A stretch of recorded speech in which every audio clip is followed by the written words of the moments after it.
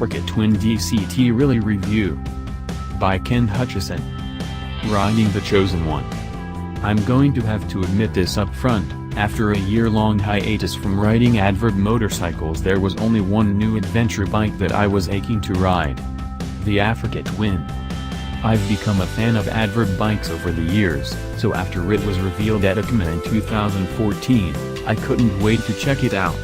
I just had a feeling that Honda would put all the pieces together and create an off-road capable adverb machine that was comfortable over the long haul but would break the bank. On paper, it looked like they nailed it. But I needed to ride it for myself to be sure.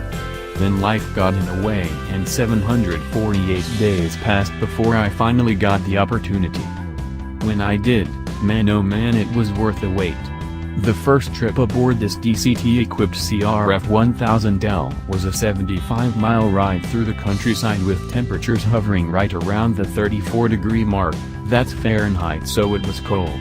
I thumbed the Twin to life with one of the many switches on the handlebar and spent the next several minutes clicking all the buttons while looking for the one that puts the bike in gear. I should have read the manual first. It took a while, but I found it on the right bar, buried amongst a bunch of buttons with nondescript nomenclature. DCT, dual clutch transmission. Like I just said, the DCT is about as well sorted as you can expect at this point. Honda's goal with the Africa Twin is to offer a bike that is easy to ride anywhere. As far as I can tell, the DCT is certainly an awesome feature that, once you get used to it, makes the riding experience a bit more simple. It takes the mundane task of shifting out of the equation and allows you to enjoy the ride, soak up the scenery, and focus on the road ahead. I've ridden bikes with DCT in the past and I feel I get it and I understand where it belongs in the advancement of motorcycles. And while I don't mind riding with it, I would prefer not to. I really want to drink the Kool-Aid here, but I just can't.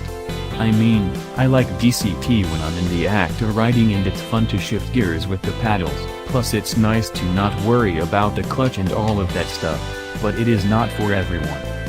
The system itself offers the options of the stock and sport S mode, with S mode giving you 3 settings to choose from.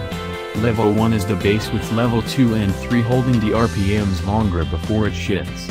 Or you can leave it in manual and shift on your own, but DCT still kicks in here, too, see above. It takes a little getting used to, but once you understand what you want, how it works, and how to make it work for your particular needs, it starts to make sense. The level 3 setting helps with downhill trails in particular and makes it easier to maintain RPM and power when you're going up or downhill. The traction control is of particular interest when you are riding off-road. Once you get the bike to shift the way you like it to, then you have to dial in the TC settings to your style. If you leave them in stock, then it kicks in very early. You can back it off using a switch on the left-hand side of the bar while noting the changes indicated by a little yellow tire symbol on the left side of the dash. It has 3 settings, or you can turn it off completely.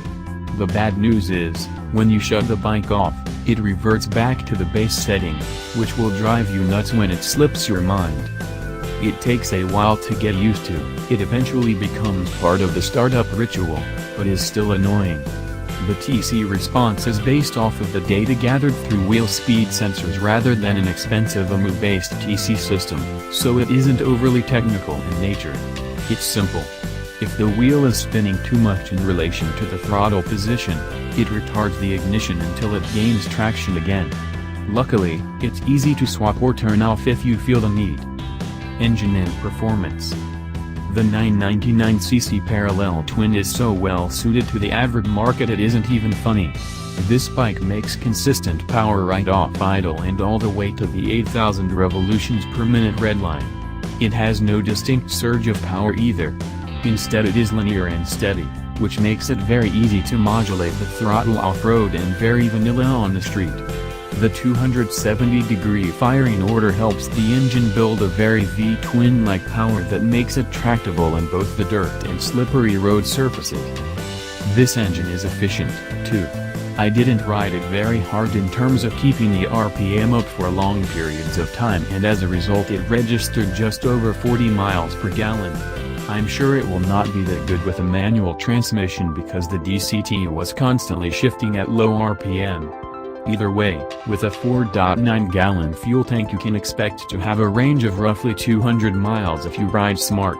Also, I did not have time to get it on a dyno, but a number of other reports suggest it has roughly 94 horsepower, so it is not the most powerful adverb bike you can buy.